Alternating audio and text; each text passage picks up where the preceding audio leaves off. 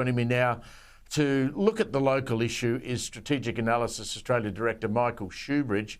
What did you make of what Jack Keane said there, former general, four-star general, on what Australia needs to start doing? And I know you've said this over and over, Michael.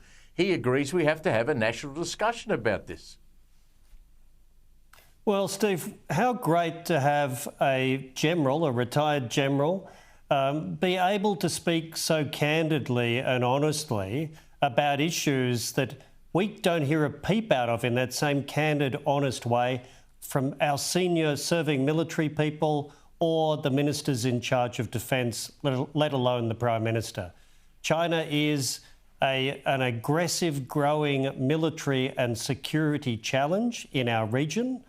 And unlike the Europeans, NATO has 32 members facing Russia. They've just increased their defence spending. They will increase it to 3.5% of GDP, with another 1.5% on defence-related investment. Here in our part of the world, there's the US, Japan, South Korea, the Philippines and us looking at China. 5 countries instead of NATO's 32. And our collective effort doesn't look impressive compared to what we've just seen in Europe. Yeah, we sit here and have Paul Keating lecturing us saying China's not a threat and we don't need to worry about it. And the people running things in Canberra, not defence, but the politicians seem to go, OK, well, you know, maybe we don't have a problem with China. I mean, Jack Keane put it very clearly that the countries you just mentioned, Michael, we all need to get together. I mean, if you put together Japan, South Korea, the Philippines, us, the US, I mean, that's fairly formidable, and it should be something. I mean, does ASEAN doesn't cover that? I mean, the agreement between India, Japan, Australia, maybe that might, but we don't talk seriously enough about it. And you make a great point. When was the last time we heard from the Chief of Defence about what he thinks about what the world's saying about spending more money on defence?